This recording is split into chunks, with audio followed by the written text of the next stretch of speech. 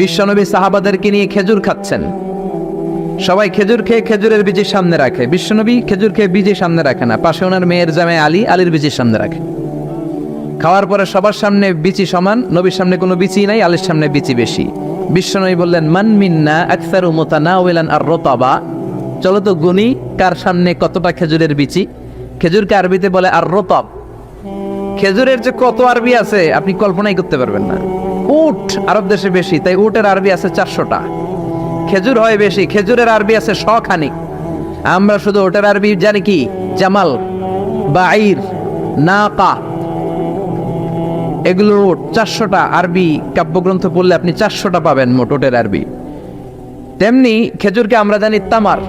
Saudi আরব মিশরে তামার বললে চিনবেই না, বলতে হবে বালাহ। আতি কিলো বালাহ, 1 কেজি বালাহ দেন। বালাহ মানে খেজুর, তামার মানে খেজুর, রতাব মানে খেজুর। কোরআনে আছে রতাবান জানিয়া। মারিয়াম যখন সৈয়দনা ঈসা আলাইহিস সালামকে প্রসব করলে, তার করলো কে? এই জন্য যে সমস্ত নারীরা পেটের মধ্যে বাচ্চা আছে, সন্তান সম্ভবা, তারা খেজুর খাবেন। বাচ্চারে সুস্থ রাখবে কে? আবার মক্কায় মদিনাতে নতুন বাচ্চা জন্ম নিলে বিশ্বনবী বাচ্চার কাছে যে খেজুর খেয়ে খেজুর মিশ্রিত বিশ্বনবীর মুখের লালা বাচ্চার মুখে লাগিয়ে দিত। আল্লাহু আকবার। বিশ্বনবী সাহাবাদের বললেন, মান মিন্না আকসারু মুতানাওয়ালান আর-রতাবা, চলো কে বেশি রতাব খেয়েছে মানে খেজুর খেয়েছে গুনি। গুনতে শুরু করা হলো। সবচেয়ে বেশি দেখা গেল সাইয়েদনা আলীর সামনে। বিশ্বনবী বললেন, দেখো আল্লাহ কি খাদক জামাই আমাকে দিয়েছে, এমন খাইতে পারে, সবার সামনে বিচি কম, আলীর সামনে বিচি ডবল। এখন আলী কি বলবে? আলী বলে, আমার শ্বশুরও কম খাইতে পারে না, দেখো সবার সামনে বিচি আছে আর আমার শ্বশুর বিশ্বনবীর সামনে কোনো বিচিই নাই, তার মানে খেজুর খাওয়ার সময় উনি বিচি সহ মেরে দিয়েছে। তা করতেন। এক কালো মহিলা সাহাবী বিশ্বনবীর কাছে এসেছে। বিশ্বনবী বললেন, লা ইয়াদখুলান্নাল জান্নাতা সাফরা ওয়ালা সাউদা, তুমি তো কালো নারী, কোনো কালো নারী তো জান্নাতে যাবে না। মহিলা দিলেন চিৎকার। বিপদের কথা শুনলে মহিলাদের কান্নাকাটি আছে না নাই? আড়াই ওরাতে আছে না নাই? মহিলাদের অন্তর নরম। এজন্য বিশ্বনবী বলেছেন, মহিলারা কবরের সামনে যে জিয়ারত করবে না, কারণ কবরের সামনে গেলে বলবে, আমারে ফালাইয়া গেল গো, কই গেল রে, আমারে লইয়া যাও রে। কান্নাকাটি আছে না নাই? গড়াগড়ি খায়, নিজের জামা নিজে ছিঁড়ে ফেলে, নিজের গালে নিজে থাপ্পড় মারে, এরকম নারী আছে না নাই? এজন্য মহিলারা ঘর থেকে দোয়া করবে, পুরুষেরা কবরস্থানে ঢুকে কবরের সামনে দাঁড়িয়ে দোয়া করবে, ঠিক কি না? বিশ্বনবী বললেন, লা ইয়াদখুলাল জান্নাতা সাফরা ওয়ালা সাউদা, কালো নারী, মেটে রঙের নারী জান্নাতে যাবে না। মহিলা কান্না শুরু করে দিল। মহিলা বলল, নবী আপনি বলেছেন, আল মারআতু ইযা সাল্লাত খামসাহা, কোন নারী যদি নামাজ পড়ে, ওয়া সামাত শাহরাহা, যদি রোজা রাখে, আতাআত বালাহা, স্বামীর আনুগত্য করে, হাফিজাত ফুরুজাহা, লজ্জাস্থানের হেফাজত করে, কোন নারী যদি এই 4টা কাজ করে, তার জন্য 8টা জান্নাতের দরজা খুলে দেয় কে? ও নবী, আমি তো 4টাই করি, কালো হওয়ার কারণে কি আমি জান্নাতে যাব না? এটা কেমন কথা? বিশ্বনবী বললেন, কেঁদো না, তুমি যখন জান্নাতে যাবা এরকম কালো থাকবা নাকি? তুমি তো পূর্ণিমার চাঁদের মতো হয়ে জান্নাতে ঢুকবা। তুমি যখন জান্নাতে ঢুকবে, তোমার ঐশ্বরিয়া রায়ের মতো সুন্দরী করে দিবে কে?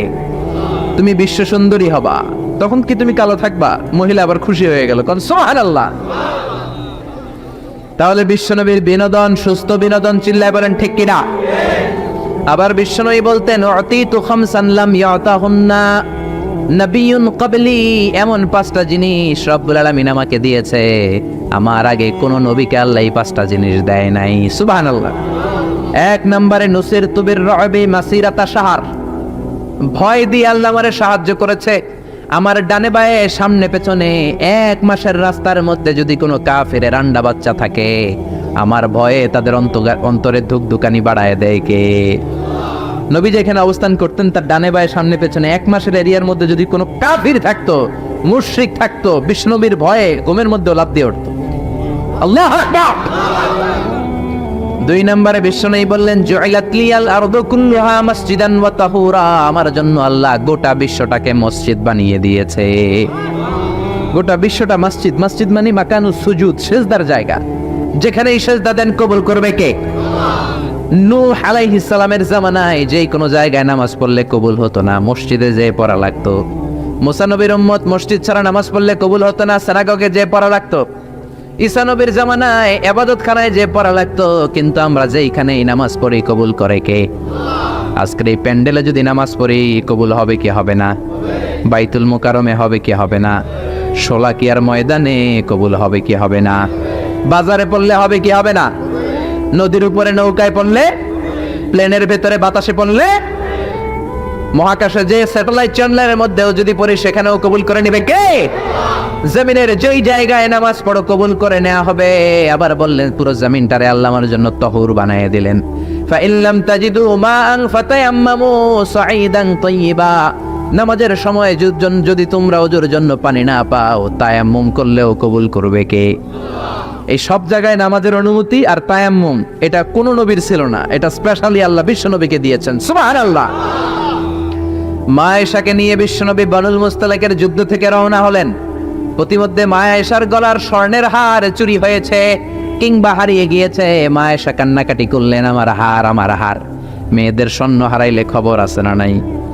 গোটা দুনিয়া ভাঙ্গা গেল কিছু বলবে না, যদি স্বর্ণ একটা হারায় বাড়ি তামা তামা করে ফেলবে, ঠিক কিনা? যে কয় ঠিক, মানে অভিজ্ঞতা আছে অনেক। নারীরা স্বর্ণ পছন্দ করে, তো মা আয়েশা তো নারী, উনি বললেন নবী আমার স্বর্ণ হারিয়েছে।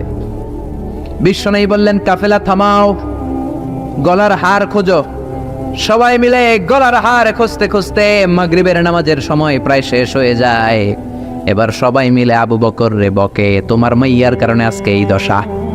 তোমার মেয়ে যদি গলার হারটা না হারাইতো তাহলে তো আমরা যেখানে পানি আছে ওইখানে পৌঁছে যেতাম, ওখানে নেমে অজু করে নামাজ পড়তাম। তোমার মেয়ের কারণে আজকে এই দশা, এখন সবার নামাজ কাজা, নবীর নামাজও কাজা। আল্লাহ বললেন খবরদার, এই মেয়েটারে গালি দিবি না, এই মেয়েকে গালি দেয়া যাবে না আয়েশার সম্মানে। আজকে আমি তায়াম্মুমের বিধান নাজিল করে দিলাম। ফাইল্লাম তাজিদু মাআন ফাতায়াম্মামু সাঈদান তাইয়্যিবা, কোথাও যদি ওজুর জন্য পানি না পাও মাটি দিয়ে তায়াম্মুম করো, কবুল করে নিবে কে? মা আয়েশা বলতেন আমাকে আল্লাহ এমন 5টা জিনিস দিয়েছেন বিশ্বনবীর কোনো বউকে আল্লাহ দেন নাই। 1 নম্বরে আমি বিশ্বনবীর একমাত্র কুমারী বউ, বাকি বউগুলা ছিল বিধবা, এর আগে কয়েকটা করে বিয়ে হয়েছে, শুধু আমারই বিয়ে হয় নাই। সুবহানাল্লাহ। 2 নম্বরে আমি যখন শীতের রাতে নবীর সাথে এক লেপের নিচে ঘুমাতাম তখনও জিব্রাইল কোরআন নিয়ে নাজিল হয়ে যেত। অন্য বিবিদের সাথে যখন কোনো ঘরে এক খাটের মধ্যে শুয়ে থাকতো তখন কোনোদিন কোরআন নাজিল হয় নাই, শুধু মা আয়েশার সাথে যখন থাকতো তখন কোরআন নাজিল হতো। সুবহানাল্লাহ। আবার মা আয়েশা বলতেন আমার ঘরে বিশ্বনবীর কবর। আবার বিশ্বনবী যখন তার শেষ নিঃশ্বাসটা ত্যাগ করেছেন বিশ্বনবীর মাথাটা ছিল আমার কোলের উপরে। আবার বিশ্বনবী বলতেন ও দুনিয়ার মানুষেরা শোনো শোনো, ওজুর পানি না থাকলে যে তায়াম্মুম করে নামাজ পড়ো এটাও তোমরা আমার কারণে পেয়েছো। আল্লাহু আকবার। এজন্য বিশ্বনবী বলতেন জুইলাত লি আল আরদু কুল্লুহা মাসজিদান ওয়া তাহুরা, আমার জন্য গোটা বিশ্বটাকে নামাজের জায়গা আর ওজুর না থাকলে তায়াম্মুমের জায়গা বানিয়ে দিয়েছে কে? এরপরে বিশ্বনবী বলতেন উতিতু আশ-শাফাআ, আমাকে শাফায়াতের মালিক করেছে কে? কিয়ামতের দিন সব নবীরা যখন বলবে ইয়া নাফসি ইয়া নাফসি, বিশ্বনবী বলবেন রব্বি হাবলি উম্মতি, ও আল্লাহ তুমি আমার উম্মতকে বাঁচাও, আমার উম্মতকে বাঁচাও। সুবহানাল্লাহ। এরপরে বিশ্বনবী বলেছেন ওয়া কানান নাবিয়্যু ইউবআসু ইলা কওমিহি খাসসা, দুনিয়ার সব নবীকে একটা নির্দিষ্ট বর্ডারে পাঠানো হয়েছে, নির্দিষ্ট এলাকার লোকের জন্য পাঠানো হয়েছে। আমি বিশ্বনবীর নবুয়তির কোনো বর্ডার নাই, গোটা বিশ্বের জন্য আমার নবী বানিয়ে পাঠানো হয়েছে। এই জন্য আমি বিশ্বনবী, চিল্লায় কর আল্লাহু আকবার। বিশ্বনবী শুধু পুরুষদের নবী নয়, শুধু নারীদের নবী নয়, শুধু সাদা লোকদের নবী নয়, শুধু নিগ্রো আর কালো লোকদের নবী নয়, শুধু আরবদের নবী নয়। বিশ্বনবী আদম নবী থেকে শুরু করে কিয়ামত পর্যন্ত যত মানুষ যত জিন পৃথিবীতে আসবে সবার জন্য বিশ্বনবীকে নবী বানিয়েছে কে? বিশ্বনবীর যদি কোনো নবীরাও না মানে ওই নবীর নবুয়তিও ক্যান্সেল করে দিবে কে? এজন্য আল্লাহ বললেন মুহাম্মাদুর রাসূলুল্লাহি ওয়াল্লাযীনা মাআহু আশিদ্দাউ আলাল কুফফারি রুহামাউ বাইনাহুম। মুহাম্মদ হলেন আল্লাহর রাসূল। কার কথা? ঘুম আসতেছে? জিমায় পড়ছেন? তাকবীর দেন, লিল্লাহি তাকবীর। নবীর কথা বলে আল্লাহ বললেন ওয়াল্লাযীনা মাআহু, নবীর সাথে যারা চলে। নবীর সাথে কারা চলতো? সাহাবারা। জোরে বলেন কারা? এবার আল্লাহ সাহাবাদের কথা বলছেন ওয়াল্লাযীনা মাআহু, নবীর সাথে যারা চলতো আশিদ্দাউ আলাল কুফার, কাফেরদের ব্যাপারে তারা বজ্র কঠোর, রহমাউ বাইনাহুম, নিজেদের ব্যাপারে তারা পুষ্পকোমল। কাফিরদের ব্যাপারে সাহাবারা বজ্র কঠোর, নিজেদের ব্যাপারে তারা পুষ্পকোমল। কাফিরদের ব্যাপারে কোনো ছাড় নাই, মুশরিকদের সাথে জিহাদের ময়দানে কোনো ছাড় নাই, চিল্লা এখন ঠিক কি না? কিন্তু নিজেরা ভাই ভাই, নিজেদের মধ্যে মহাব্বত আছে না নেই? এজন্য বিশ্বনবী বলতেন আমার সাহাবাদের মধ্যে দুই কিসিম আছে। কয় কিসিম? এক কিসিম নরম কিসিম, আরেক কিসিম গরম কিসিম। সুবহানাল্লাহ।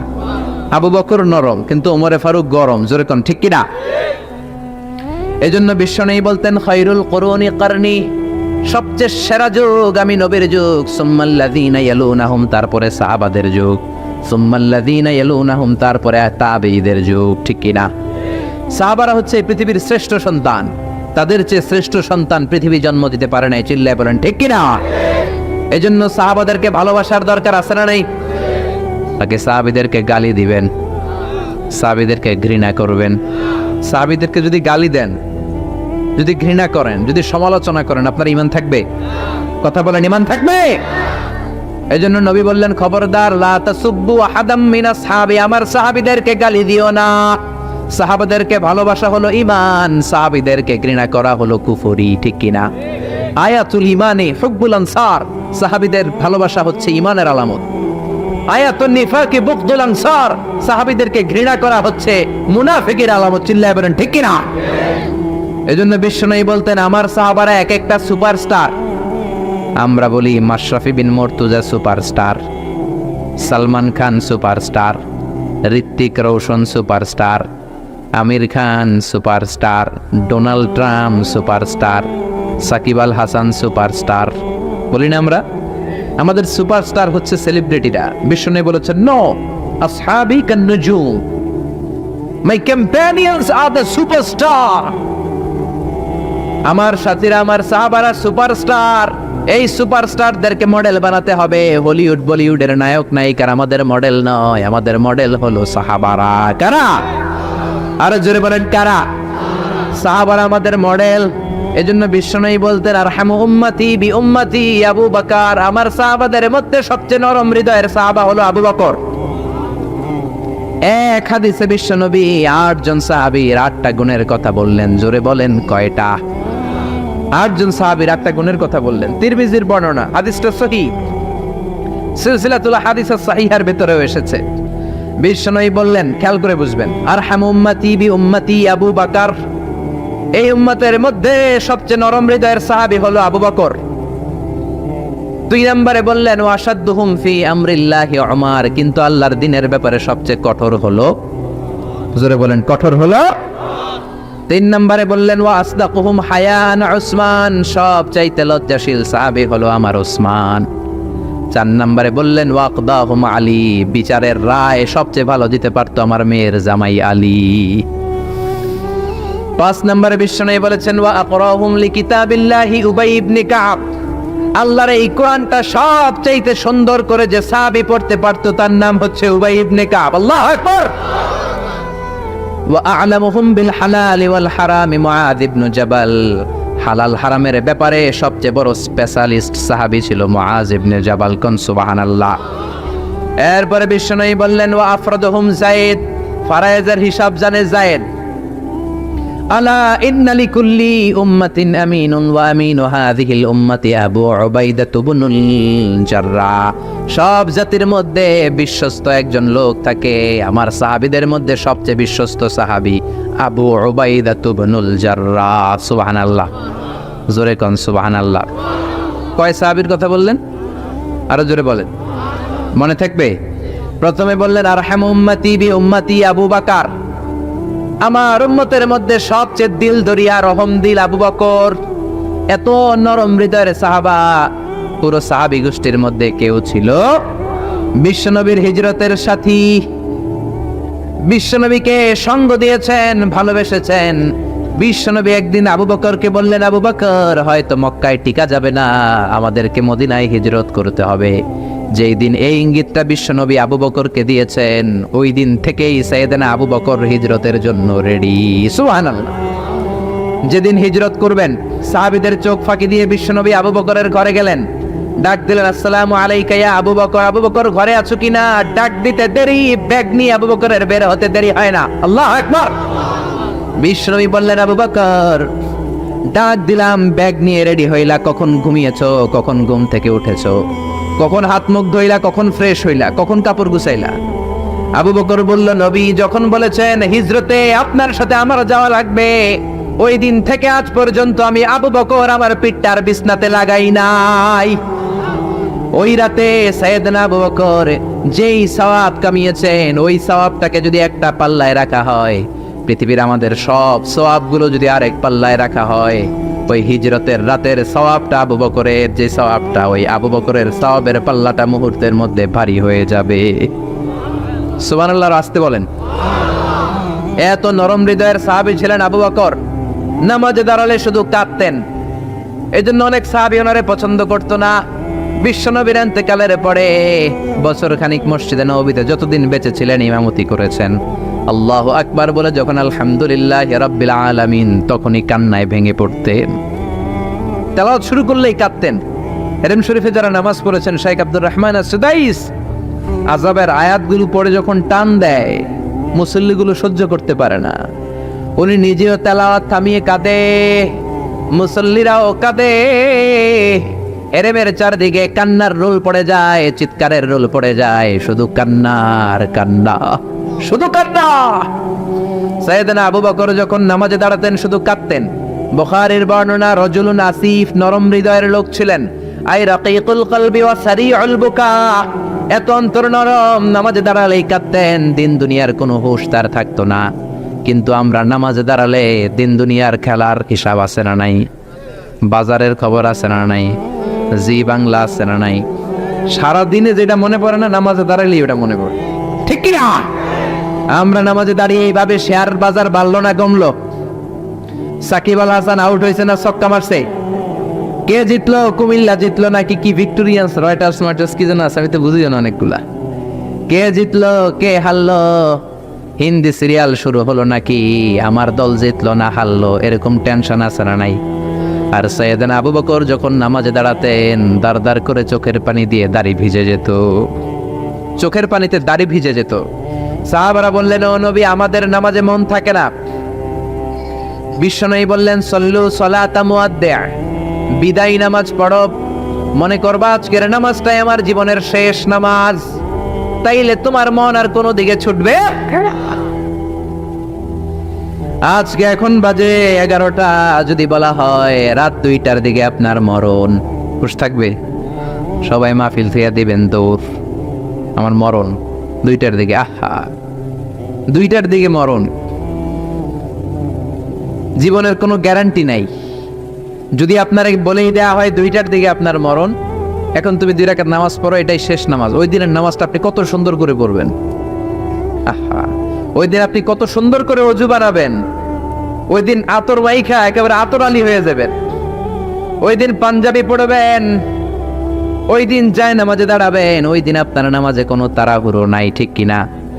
ওই দিনের রুকুটা আপনার জীবনের সব চাইতে শ্রেষ্ঠ রুকু হবে, ওই দিনের সেজদাটা আপনার জীবনের শ্রেষ্ঠতম সেজদা হবে। ওই দিনে সেজদায় যে চোখের পানি দিয়ে আপনি যায় নামাজ ভিজায় দিবেন, এর কারণ আপনি নিশ্চিত, you are certain that you are going to die. আপনি রাত 3টার দিকে মারা যাচ্ছেন, জানার কারণে আপনার নামাজে এত ভক্তি। আমরা যে মাহফিল শেষে বাড়িতে যেতে পারবো কোনো গ্যারান্টি আছে নাকি? আরো আধা ঘন্টা বাঁচবো গ্যারান্টি আছে? শ্বাস যেটা ভেতরে নিলাম বের করতে পারবো গ্যারান্টি আছে? তো তাইলে নামাজে যখন দাঁড়াই এটা ভাবতে সমস্যা কি যে এটাই আমার শেষ নামাজ? কারণ আমার তো কোনো গ্যারান্টি লেটার নাই। চিল্লায় বলেন ঠিক কি না? Perform the salah as if it's your last and final prayer. এমন ভাবে নামাজে দাঁড়াবেন যেন এটাই আপনার লাস্ট এন্ড ফাইনাল প্রেয়ার, এটাই আপনার শেষ নামাজ। এরপরে আর নামাজের সুযোগ হয়তো আমি নাও পেতে পারি, জোরে কোন ঠিক কি না? এই কথা যখন সাহাবারা শুনলেন আর নামাজে নড়েও না চড়েও না। মরুভূমির মাঝখানে যখন সাহাবারা দাঁড়াতেন, আকাশের পাখিগুলো খেজুর গাছ মনে করে সাহাবাদের মাথায় এসে বসে যেত। সুবহানাল্লাহ, বাড়িতে যে পাখিগুলো মনে করতো এগুলো মরুভূমির মাঝখানের খেজুর গাছ, মাথায় এসে বসে যেত। আর আমরা নামাজের মধ্যে দাঁড়ালে আমাদের কোনো খেয়াল থাকে না, আমাদের এদিকে সামনে ডানে বায়ে নজর যায়, ঘড়ির দিকে তাকায়, অনেকে আছে না নাই? নামাজে পড়ে আবার এমনি তাকায়, হাদিসে এসেছে আপনার নজর যখন একবার নামাজ ছাড়া অন্যদিকে দেন, আল্লাহ বলে আকবিল, বান্দা ফিরে আয়। আবার যখন ডানে নজর দেন, আল্লাহ বলে ফিরে আয়। আবার যখন ইমাম সাহেবের দিকে এমনি তাকান, আল্লাহ কয় ফিরে আয়। 3 বার নজর দেওয়ার পরে আবার যখন ডানে বায়ে নজর দেন, আল্লাহ বলে লা হাজাতা লি ইলা সলাতিক, তোর এই নামাজের কোনো দরকার আমি আল্লাহর নাই, এই নামাজের কোনো দরকার নাই। এজন্য সালাত পড়তে হবে আর অন্তরে ভয় থাকতে হবে কার? قد أفلح المؤمنون الذين هم في صلاتهم خاشعون। আবু বকর তাই করতেন, কানা রজুল আসিফ, নামাজে দাঁড়ালে দর করে কেঁদে কেঁদে দাড়িগুলো ভিজায় দিতেন। আল্লাহু আকবার। এজন্য বিশ্বনবী বলতেন আরহামু উম্মতি বি উম্মতি আবু বকর, আমার উম্মতের মধ্যে সবচেয়ে নরম হৃদয়ের হলো আবু বকর। 2 নম্বরে বিশ্বনবী বললেন ওয়াশাদ্দুহুম ফি আমরিল্লাহি উমর, আর আল্লাহর দ্বীনের ব্যাপারে সবচেয়ে কঠোর সাহাবী হলো ওমর। সবচেয়ে কঠোর কে? এজন্য বিশ্বনবী বলতেন আমার পরে নবী নাই, আমার পরে কোনো রাসূল নাই, তবে কেউ যদি নবী হতো আমার ওমর নবী হতো। লা নবিয়্যা বা'দি ওয়ালা রাসূলা, আমার পরে কোনো রাসূল নাই, কোনো নবী নাই, তবে লাউ কানা বা'দি নাবিয়্যুন লাকানা ওমর, যদি নবী হওয়ার যোগ্যতা কারো থেকে থাকে আমার ওমরের আছে। প্রভু তুমি বলেছ রাসূল দেবে না, বলনি দেবে না ওমর, বলনি দেবে না হামজা তারিক, খালিদ বিজয়ী সমর। প্রভু তুমি বলেছ রাসূল দেবে না। আল্লাহু আকবার। এই ওমরের মতো যদি লাঠির বাড়ি দেওয়া যেত, উনি নামাজেও লাঠি নিয়ে দাঁড়াতেন। আমাদের ইমাম সাহেবরা কেবলামুখী, আর পিছন থেকে একামত দেয় আল্লাহু আকবার আল্লাহু আকবার, আশহাদু আল্লা ইলাহা ইল্লাল্লাহ, আশহাদু আন্না মুহাম্মাদার রাসূলুল্লাহ, হাইয়া আলাস সালাতি হাইয়া আলাল ফালাহ, قد قامت الصلاة قد قامت الصلاة, আল্লাহু আকবার আল্লাহু আকবার, লা ইলাহা ইল্লাল্লাহ, আল্লাহু আকবার। সৌদি স্টাইলে একটু একামত শোনায় দিলাম। আমরা তো 2 বাক্যে বলি, আর 1 বাক্যেই বলে। ইমাম সাহেব কেবলামুখী হয়ে দাঁড়ায় আর মুয়াজ্জিন একামত দেয়। ওমরের সুন্নাত, বিশ্বনবীর সুন্নাত এটা ছিল না। ওমরে ফারুক মুসল্লিদের দিকে হয়ে দাঁড়াতেন। ওমরে ফারুকের হাতে থাকতো একটা লাঠি, যার কাতার বাঁকা, লাঠির দিয়ে পায়ের উপরে বাড়ি আছে না নাই? এইরকম বাড়ি মেরে মেরে যদি সোজা করা যেত, কাতারে গ্যাপ থাকতো না। বিশ্বনবী বলতেন ওয়াসাদুল খালাল, হাযু বাইনাল মানাকিবি ওয়াল আকদাম, এইটার সাথে ওইটা মিলাও। এই সাহাবী তার কাঁধের সাথে এই সাহাবীর কাঁধ মেলাতো, এই সাহাবীর কাঁধের সাথে এই সাহাবীর কাঁধ মেলাতো, এই সাহাবীর ডান পায়ের সাথে ওই সাহাবীর বাম পা, এই সাহাবীর বাম পায়ের সাথে ওই সাহাবীর ডান পা। বুনিয়ানুম মারসুস, সীসা ঢালা প্রাচীরের মতো। নবীরে কেউ অ্যাটাক করতে আসলেও যেন আধা ঘন্টা লাগে এই প্রাচীর ভাঙ্গা আসতে। জোরে কোন ঠিক কি না? এই জন্য সাহাবীদের জামা সবার আগে এদিক দিয়ে ছিঁড়তো, ধাক্কাধাক্কির কারণে নামাজে টাইট হয়ে তারা দাঁড়াতো। সাইয়েদনা ওমরে ফারুক লাঠি দিয়ে কাতার সোজা করে দিতেন। কারো যদি কাতার বাঁকা হতো লাঠি দিয়ে মারতেন, এই সোজা করো। এই জন্য লাঠিরও দরকার আছে না নাই? আবু বকরের মতো নরম হৃদয়ের সাহাবা যেমনি দরকার, ওমরের মতো গরম 2-1টারও দরকার আছে না নাই? আমরা সারা জীবন ওয়াজ করলে আপনারা নামাজি হবেন না, এটা জানি। যাদের নসিব ভালো 2-4 জন হবেন, বেশিরভাগই বেনামাজি। আমি সারা জীবন যদি মাদক নিয়ে ওয়াজ করি, গাঞ্জা খাওয়া বন্ধ হবে? কিন্তু প্রধানমন্ত্রী যদি বলে কালকে থেকে কেউ যদি ইয়াবা টানে, জাগার মধ্যে ওর পিঠের মধ্যে 100 বেত, 10,000 টাকা জরিমানা, 10 বছরের জেল। ইয়াবা বাবা পাওয়া যাবে? আর গাঞ্জা বাবা থাকবে? বাংলাদেশ থেকে গাঞ্জা নাই। প্রধানমন্ত্রী যদি বলে নামাজ না পড়লে 10,000 টাকা জরিমানা, 1 ওয়াক্ত সারবি 10,000 টাকা দিবি, বাংলাদেশের সব মানুষ মুসল্লি হয়ে যাবে। এজন্য বিশ্বনবী বলতেন ইন্নাল্লাহা লা ইয়াযাউ বিল কুরআন, আল্লাহ কোরআন দিয়ে যেটা সমাজে করান না, ইয়াযাউ বিস সুলতান, এটা ক্ষমতা দিয়ে করান। ঠিক কি না? প্রধানমন্ত্রী ক্ষমতার মসনদ থেকে মাইরের ঘোষণা দিবে, আর আমরা ওয়াজ করে যাম। ওয়াজ আর মাইরের সমন্বয়ে ইসলাম কায়েম করবে কে? শুধু ওয়াজ দিয়ে ইসলাম কায়েম হবে? ওমরে ফারুক তাই করতেন, লাঠি দিতেন, লাঠি দিয়ে সোজা করে দিতেন। এজন্য শয়তান ওনারে ভয় পেত। বিশ্বনবী বলেন ওয়াল্লাযী নাফসি বিয়াদিহি, যে আল্লাহর হাতে আমার আত্মা, ওমর ওই আল্লাহর কসম করে বলি, মা সালাকা আশ-শাইতানু সালিকান ফাজ্জান ইল্লা সালাকা ফাজ্জান গায়রা ফাজ্জি, তোমার যদি ইবলিস কোন রাস্তা দিয়ে আসতে দেখে, ইবলিসের বাপের কিনা, ইবলিস ওই রাস্তা ধুইয়া আরেক রাস্তা দিয়ে হাঁটে। ওমর, তোমার যদি শয়তান দেখে তুমি এই দিক দিয়ে আসো, শয়তান জীবনও এই রাস্তা দিয়ে চলবে না, আরেক রাস্তা দিয়ে শয়তান দেয় দৌড়। ও মিয়া, যেই লোকরে শয়তান ডরায় ওই লোকের ইমানটা কেমন ছিল জোরে বলেন আল্লাহু আকবার। মুনাফিকের বাচ্চারা ভয় পেত ওমরে ফারুককে, জমের ভয়। এমনকি বিশ্বনবীর বিবিরাও ভয় পেত। বিশ্বনবীর বিবিরা মাঝে মাঝে নবীরে ধরতো, ও নবী আমার এইটা লাগবে ওইটা লাগবে। বিশ্বনবী বললেন লাগবে লাগবে, বললে তালাক দিয়ে দিব, যাও তালাক দিয়ে দেব। ধনী সাহাবীর কাছে যে বিয়ে বসো, আমি নবীর কাছে থাকলে এইভাবেই থাকতে হবে। কিন্তু বিবিরাও ছাড়ার পাত্র না। সব বিবিরা একবার বিশ্বনবীরে ধরলেন, ধরে বলে, ও নবী, আয়েশার বাড়িতে যেদিন থাকেন ওই দিন সাহাবীরা বেশি বেশি হাদিয়া পাঠায় কেন? আমাদের ঘরে যে দিন থাকেন হাদিয়া পাঠায় না কেন? আচ্ছা, ইমাম সাহেবের বাড়িতে কে হাদিয়া পাঠাবে, কি গিফট দিবে তার, এটা কি উনার বিষয়? যিনি দিবে এটা উনার বিষয়, ঠিক কি না? বিবিরা বললেন, আমাদের ঘরেও যেন হাদিয়া পাঠায়, আপনি মসজিদে এলান দিয়ে দিয়েন। বিশ্বনবী কয়, আমি পারুম না। বিবিরা কয়, পারতেই হবে। বিশ্বনবী বললেন, না না, আমি এই কথা মসজিদে বলতে পারবো না। বিবিরা বললেন, আপনি বলতেই হবে। ইন দা মিন টাইম দরজার বাইরে থেকে কে যেন সালাম দিল, আসসালামু আলাইকুম ওয়া রাহমাতুল্লাহ। বিশ্বনবী বললেন, ওয়া আলাইকুম আসসালাম। বিশ্বনবী বুঝলেন সালামটার কারণ না, এটা ওমরের সালাম। বিশ্বনবী সালামের উত্তর দিয়া বিবিদের দিকে তাকায় দেখে একটা বিবিও নাই। সব অন্দরমহলে দৌড়। সুবহানাল্লাহ কইবেন না? এই ভয়টা কিন্তু আবার ডাকাইত দেখলে যেই ভয় ওইটা না, এটাকে আরবিতে বলে হাইবাত। হাইবাত ওমর, ওমরের হাইবাত এমন ছিল, শয়তান ভয় পেত, মুনাফিকরা জমের মতো ভয় পেত। আমাদের মা উম্মুল মুমিনিন বিশ্বনবীর বিবিরা ওমরেরকে ভয় পেত। সুবহানাল্লাহ। আমরা বাচ্চারা যদি না খায়, খেতে চায় না, আমার এক মেয়ে ছোট্ট খেতে চায় না, গল্প বলে খাওয়াই, আমি এদিক দিয়ে খাওয়াইলে ওদিকে দৌড়, এদিক দিয়ে ধরলে ওদিকে দৌড়। আপনাদের ছেলে মেয়েদের একই অবস্থা, বাচ্চারা খেতে চায় না, ঘুমাতে চায় না। তখন আমরা বলি, ঘুমা না হলে বাঘ আসবে, বাঘ, বিড়াল আসবে, বিড়াল। আপনারা কি কন? আর ওরাতে হ্যাঁ বিলাই, বিলাই আইব, কুত্তা আইব। আমরা বলি কুকুর আসবে, বিড়াল আসবে, ঘুমাও ঘুমাও। বাচ্চারা তখন ভয়ে ঘুমায়। ওমর ফারুক যখন মদিনার গভর্নর, মদিনার প্রেসিডেন্ট, মদিনার মায়েরা বিড়াল আর বাঘের ভয়ে দেখাতো না। বাচ্চারা যখন মদিনাতে খেতে চাইতো না, ঘুমাতে চাইতো না, মদিনার মায়েরা বলতো, তাড়াতাড়ি ঘুমা, ওই যে ওমর আসতেছে, ওমর। চিৎকার করে পড়েন আল্লাহু আকবার। সবার জন্য সমান নীতি। 10 বছরে গোটা বিশ্বের অর্ধেক ক্যাপচার, পৃথিবীর অর্ধেকটা ক্যাপচার করলেন সাইয়েদনা ওমর। নিজ হাতে পিটিয়ে নিজের ছেলেকে বেহুশ করেছেন। আরেক বর্ণনায় আছে পিটিয়ে ছেলেটাকে নিহত করেছেন। যদি বর্ণনাটা দাইফ, কিন্তু আমাদের জন্য শিক্ষা আছে বর্ণনায়।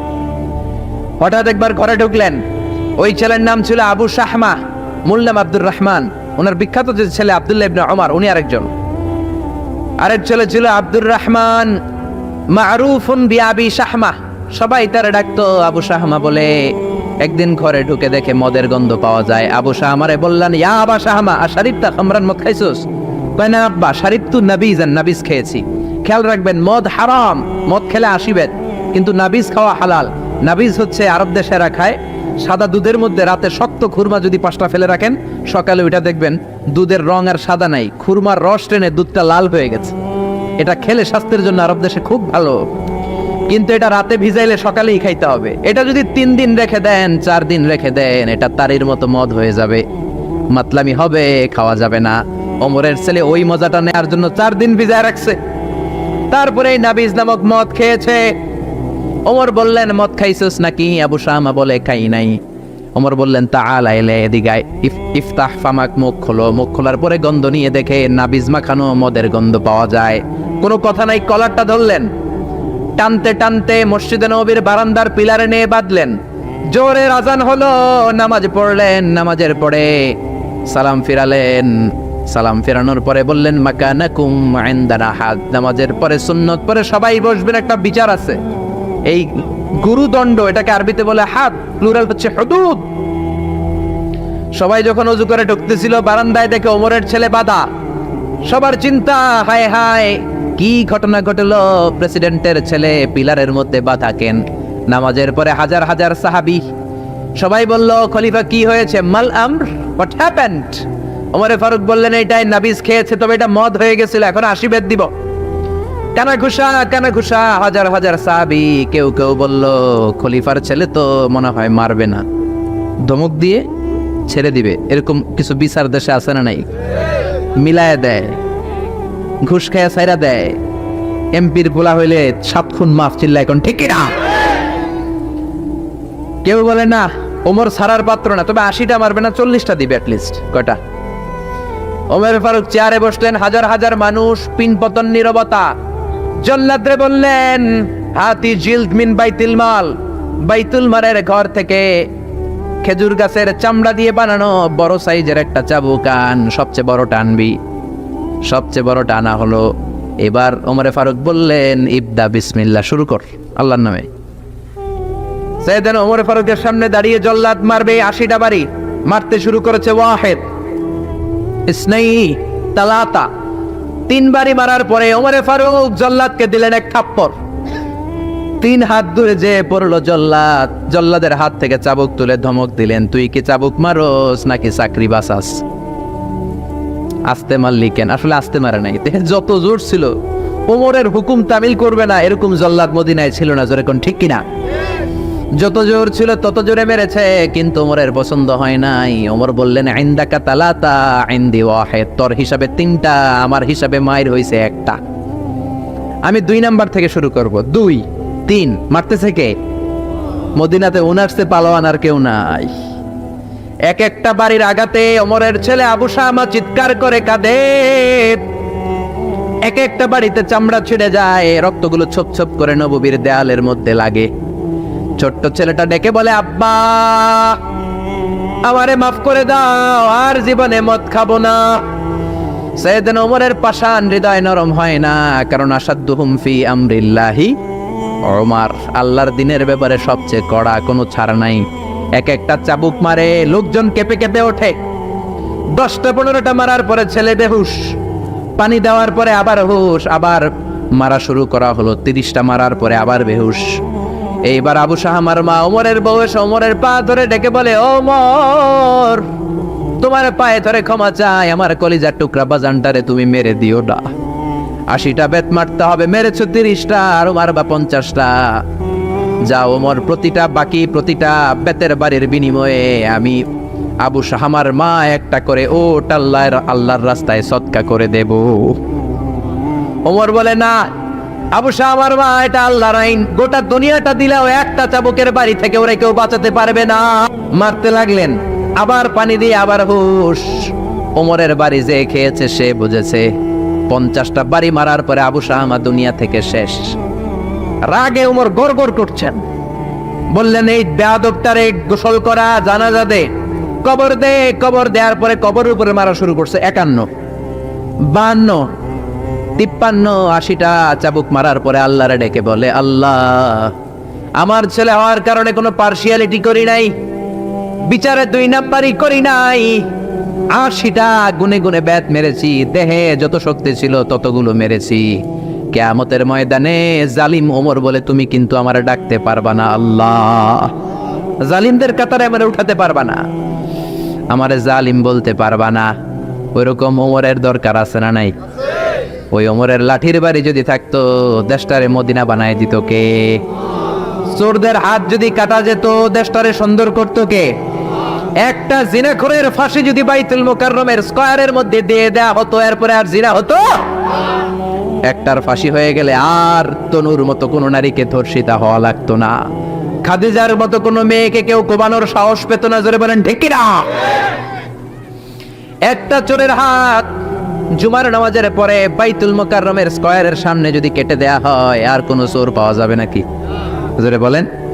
তবে আমচোর, জামচোর, কলাচোর ওই চোর না, যেই চোরগুলো বড় বড় জিনিস চুরি করে, ব্যাংক চুরি করে, দেশের টাকা চুরি করে, এক কলমের খোঁচায় 1000 কোটি টাকা চুরি করে, ওই চোরদের হাত কাটতে হবে। শেয়ার বাজার খায়া ফেলায়, হলমার্ক খায়া ফেলায়, দেশের টাকা খায়া ফেলায়, সুইজারল্যান্ডে সব টাকা পাঠায়, এরকম বড় বড় চোর আছে না নাই? ইসলামী বিচার যদি শুরু হয় আগে বড় চোরদের বিচার দিয়ে শুরু হবে। চিল্লায় বলেন ঠিক কিনা? এই জন্য বিশ্বনবী বলতেন আসাদ্দুহুম ফি আমরিল্লাহি ওমর, আল্লাহর বিধান বাস্তবায়নে সবচেয়ে কঠোর ছিল ওমর। এক নারী এসে বলল, ওমরে ফারুক, আমার স্বামী আমারে তালাক দিয়েছে 100টা। কয়টা? শুনতেছেন? একটু জিমাই গেলেন মনে হয়। আমার স্বামী আমাকে 100 তালাক দিয়েছে। কয় তালাক? আসলে দিতে হবে কয় তালাক? তাও একটা একটা করে, ঠিক কিনা? ওমরে ফারুক ডেকে আনলেন, স্বামীরা আনলেন, বউরে আনলেন। ও স্বামী, কয় তালাক দিছো? কয় 100টা দিছি। ওমরে ফারুক বললেন, তালাক হচ্ছে মিন শাআইরিল্লাহ, এটা আল্লাহর নিদর্শন। আল্লাহর নিদর্শন নিয়ে ফাইজলামি করার অনুমতি তোরে দিছে কে? 3 তালাকে তোর বউ তালাক, বাকি 97 তালাক তোর পিঠের উপরে পড়বে। সুবহানাল্লাহ। বাড়িতে যে বউরে 100 তালাক দিছে এক ডাকায়। ওমর ফারুক বললেন, 3 তালাকে তোর বউ তালাক, বাকি 97 তালাক তোর পিঠে। এজন্য লাঠির দরকার আছে না নাই? পৃথিবীর কেউ রুহু বানাতে পারে? বিজ্ঞানীরা প্লেন বানাতে পারে, কম্পিউটার বানাতে পারে, হেলিকপ্টার বানাতে পারে, কিন্তু গোটা বিশ্বের সব সায়েন্টিস্টরা একসাথে বসে কি একটা অণু বানাতে পারবে? يسألونك عن الروح قل الروح من أمر ربي وما أوتيتم من العلم إلا قليلا। ও নবী, ওরা আপনাকে রূহের ব্যাপারে জিজ্ঞেস করে, আপনি বলে দেন রূহটা কার অর্ডার? আল্লাহর অর্ডারে রূহটা মানুষের দেহের ভেতরে ঢুকে যায়, আল্লাহর অর্ডারে বের হয়ে যায়। সুবহানাল্লাহ। আমরা যখন মায়ের পেটের ভেতরে ছোট্ট ছিলাম, আমাদের বয়স যখন 120 দিন, তখন হাতের পেনে রূহ দিছে কে? কয়দিন বয়সে রূহ পাইছিলাম বলেন তো? 140। প্রথম 40-এ ছিলাম নতফা, তারপরের 40-এ ছিলাম আলাকা, তারপরের 40-এ হয়েছি মুদগা, spark drop, blood clot, and finally the little flash, ছোট্ট নাপাক পানি। কত ক্ষুদ্রতে ছিলাম, ছোট্টতে ছিলাম, তার হিসাব নেই। আপনি একটা শুক্র ছিলাম, আমরা ছিলাম একটা শুক্রাণু। শুক্রে অণু। 1 ফোঁটা শুক্রের ভেতরে 20 কোটি অণু থাকে। একটা অণু ছিলাম আমি, একটা অণু ছিলেন আপনি। আমরা একটা ডিম্ব ছিলাম, আমরা ছিলাম ডিম্বের অণু। সুবহানাল্লাহ। সেখান থেকে আল্লাহ মিলিয়ে আমাদেরকে বানালেন নতফাতুন আমশাজ, যেটাকে বলে জাইগোট, তারপরে বলা ইমব্রয়ো, ব্যাঙ্গাচি, ব্যাঙের বাচ্চার মতো, জোকের মতো মায়ের জরায়ের দেয়ালে লেগেছিলাম। 120 দিন সময় শেষে তখন আল্লাহ আমার দেহের ভিতরে রুহের ফুৎকার দিলেন। আর রুহের ফুৎকার দেওয়ার সাথে সাথে আমার হার্টবিট, আমার ফুসফুস চলতে শুরু করছে। এই যে ধপ ধপ ধপ আসলে নাই, সিস্টলিক ডায়াস্টলিক বলে, অনিন্দ নিলয়, ওই যে ধপ ধপ শুরু হয়েছে, আজও চলতেছে। 1 সেকেন্ডের জন্য যদি ধপ বন্ধ হয়ে যায়, বাঁচা যাবে? আরে মানুষ রঙিন ফানুষ, দম ফোরাইলে তবু তো ভাই কারোরই না একটুখানি। আরে মানুষ রঙিন ফানুষ, রঙিন ফানুষ, আরে মানুষ, ঠিক কিনা? 1 সেকেন্ডের নাই ভরসা, বন্ধ হবে রং তামাশা। চক্ষু বুঝিলে হায়রে দম ফুরাইলে। কে গেছিল? ফিরোজ শাহ। এই গানটা ফিরোজ শাহ স্টেজে গাইতে গাইতে মারা গেছিল, জানেন? এই গানটা গাইতে গাইতে সে বিদায় নিয়েছে। জীবন আর মরণের মাঝখানে আছে রোগ। মানুষ সব বানাতে পারে, কিন্তু রঘু বানাতে পারে। আপনার সামনে একবার দাদা মারা গেছে, সবাই দেখলে কথা বলতে, হঠাৎ নাই রঘুটা কোন দিকে যে উড়াল দিল দেখা যায়? রঘুর কার কি কেউ জানি? এই রুহু আবিষ্কারের জন্য গোটা বিশ্বব্যাপী কত যে আবিষ্কার, মৃত ব্যক্তিদের নিয়ে, মুমূর্ষুদের নিয়ে গবেষণা। বুলেট প্রুফ গ্লাসের ভিতরে রেখে রেখে বিজ্ঞানীরা গবেষণা করেছে। দেখি বুলেট প্রুফের গ্লাস বানাইলে তারা ভাবছে রুহু মনে আর দৌড় দিতে পারবে না, গ্লাসের ভিতরেই থাক। পরে দেখে না, রুহু তো আটকানো যায় না। এবং তারা মুমূর্ষু রুগীদেরকে এনে এই গ্লাসের ভিতরে ঢুকে ওজন দেয়। কোন রুগীর ওজন দিয়ে দেখছে মরার আগে তার ওজন ছিল 70 কেজি, পরে মাছ খোলার পরে লোকটা মরে গেল, পরে দেখে ওজন 2 কেজি কমে গেছে 68 কেজি। খুব খুশি, আগে ছিল 70, মরার পরে 2 কেজি কমছে, তার মানে যেটা উদাহরণ দিয়েছে উনি 2 কেজি, ওইটাই রোগ, ওইটাই রোগ। কিন্তু বিজ্ঞানীদের পদ্ধতি হচ্ছে একটা মডিউলের উপরে তারা বেস করে দেয়, couldn't jump to the conclusion, তারা সিদ্ধান্তে যায় না। আরো নমুনা লাগবে, আরো কিছু লাশ মুমূর্ষু রোগী নিয়ে আনা হলো আইসিইউ থেকে, যাদের অক্সিজেন মাস্ক পরানো, এটা খুললেই মরে যাবে, তাদেরকে বুলেট প্রুফ গ্লাসের ভিতরে ঢুকিয়ে তাদের নিয়ে রিসার্চ শুরু করুন। কিন্তু দেখা যাচ্ছে এর পরের যে নমুনা আনা হয়েছে মুমূর্ষু রোগী, তার ওজন ছিল 60 কেজি, মরার পরে ওর ওজন হয়ে গেছে 63 কেজি। কথা বলে আগে তো না হয় কম ছিল, ওটা রুকু দিয়ে মিলাবে, এটা 3 কেজি বাড়ছে, এটা মিলাবে গিরিয়া। কথা বলে এজন্য রব্বুল আলামিন বলে মরে গেলে এক একজনের এক এক অবস্থায়, কারো ওজন সমান থাকে, কারো কিছু বেড়ে যায়, কারো কমে যায়। এই গবেষণার মধ্য দিয়ে রূপ খুঁজে পাওয়া যায় না রূপুর মালিককে। يسألونك عن الروح قل الروح من أمر ربي وما أوتيتم من العلم إلا قليلا سبحان الله. এরপর আল্লাহ বললেন ولقد زينا السماء الدنيا بمصابيح وجعلناها رجوما للشياطين سبحان الله. ولقد زينا السماء الدنيا আমি দুনিয়ার আকাশটারে বিমাসাবিহ আলো দিয়ে লাইট দিয়ে সুশোভিত করেছি। রাতের আকাশটারে সাজায় দিয়েছে কে? I have beautified the closer sky with light, candle and stars. আল্লাহ বলে প্রথম আকাশের মহাশূন্যকে আমি তারা দিয়ে সাজিয়েছি। খালি চোখে যেটা আমরা দেখি এটা কিন্তু আকাশ না, এটা মহাশূন্য। এটা কি? আপনি উপরে তাকালে যেটা দেখেন এটা কি আকাশ? না। আমেরিকা নাসার বিজ্ঞানীরাও জানেন না আকাশ কত দূরে। আকাশ কত দূরে কেউ জানে না। খালি চোখে যা দেখা যায় এটা হচ্ছে মহাশূন্য। এই মহাশূন্যের ভিতরে তারা আছে না নাই? এখন তো লাইটিং ফাইটিং এর যুগে তারার যে কি সৌন্দর্য এটা টেরই পাওয়া যায় না। আমরা ছোটবেলা যখন গ্রামে যেতাম তখন দেখতাম যে রাত্রিবেলা তারাগুলো অনেক সুন্দর লাগে, তাই না? তাকিয়ে দেখবেন জল জলে একটা তারা আছে, এটার নাম ধ্রুব তারা। এরাও একটা আছে সুখ তারা, কি তার ধ্রুব তারা, সুখ তারা, অনেকে তারা চিনে না। আর একটা 7টা তারা একসাথে ছোট ছোট ছোট ছোট আছে, এগুলো অনুরূপ বেরোচ্ছেন, এটার বলে সপ্তর্ষি মণ্ডল। 7 তারা একসাথে সুবহানাল্লাহ পড়ে। এই তারা দিয়ে আকাশটারে সাজালো কি? চিল্লায় এখন কে? কি ছোট্ট ছোট্ট তারা, এদিকে তো আজকে তারা দিয়ে সাজাইছে মাশাআল্লাহ। হ্যাঁ, ওয়ালাকাদ যায়্যানা সামাআ দুনিয়া বিমাসাবিহ ওয়া জাআলনা রুজুমান লিশায়াতিন। ফেনের বাইরে তারা দিয়ে সাজাইছে, আজকে তাফসীর করতে সুবিধা হচ্ছে। এই যে তারা, আকাশের তারাগুলো এই ছোট ছোট মনে হয়, আসলে কি ছোট? কথা বলে এই যে সূর্যটা একটা রুটির মতো মনে হয়, আসলে কি রুটি? এই সূর্য পৃথিবীর চেয়ে 13 লক্ষ গুণ বড়। এই সূর্য পৃথিবীর চেয়ে 9,30,00,000 মাইল দূরে। এই সূর্যের আলো পৃথিবীতে আসতে 8 মিনিট 8 সেকেন্ড লেগে যায়। আজকে আমরা বসে আছি যে গ্রামে, গ্রামের নাম সফরপুর। এটা কোন থানায়? সোনাগাজী থানায়। দেখেন সফরপুর গ্রামটা কত বড়। তার সামান্য একটা জায়গা নিয়ে আজকে আমাদের প্যান্ডেল হয়েছে, তাতেও প্যান্ডেলটা কত বড় মনে হয়। তাহলে সফরপুর কত বড়? সফরপুর যদি এত বড় হয় তাহলে সোনাগাজী কত বড়? সোনাগাজী যদি এত বড় হয় তাহলে ফেনী কত বড়? ফেনীটারে কত বিশাল মনে হয়। তো ফেনী যদি এত বড় মনে হয়, ফেনী বাংলাদেশের 64 জেলার একটা জেলা। 64 জেলা মিলে আমার সুজলা সুফলা শস্য শ্যামলা ডিজি টাউন বাংলাদেশ। এই বাংলাদেশ কত বড়? এই বাংলাদেশের চেয়ে আবার ইন্ডিয়া কত বড়? ইন্ডিয়া 20-25 গুণ বড় আমাদের চেয়ে। এরকম প্রায় 200টা দেশ, এমনও দেশ আছে যেগুলো বাংলাদেশের চেয়ে 100 গুণ বড়। আছে না নাই? অ্যাটলাস ম্যাপ নিয়ে যাদের ধারণা আছে তারাও জানবে যে বাংলাদেশ শব্দটা লেখার জায়গাও আমরা ম্যাপের ভিতরে পাই না। When we write down Bangladesh on map, আমাদের BA পরে ইন্ডিয়ার উপরে, DESS পরে আবার ইন্ডিয়ার উপরে, মাঝখানে 2টা অক্ষর পরে বাংলাদেশের উপর। কথা বলে এত ছোট দেশ। কানাডা, আমেরিকা প্রায় 100 গুণ বড়। রাশিয়া প্রায় বাংলাদেশের চেয়ে 200-300 গুণ বড়।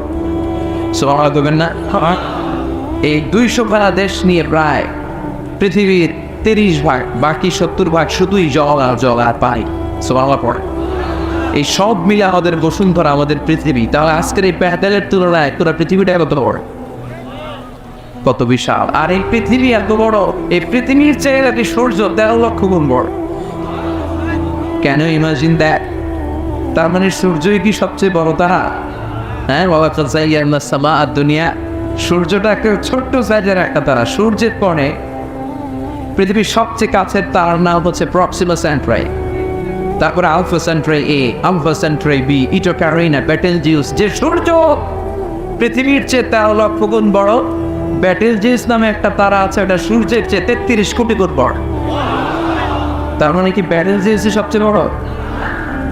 ব্যাটালিস্টে খাইয়া হজম করতে পারে এরকম হাজার হাজার কোটি গুণ বড়তা আমাদের গ্যালাক্সিতে আছে না নাই?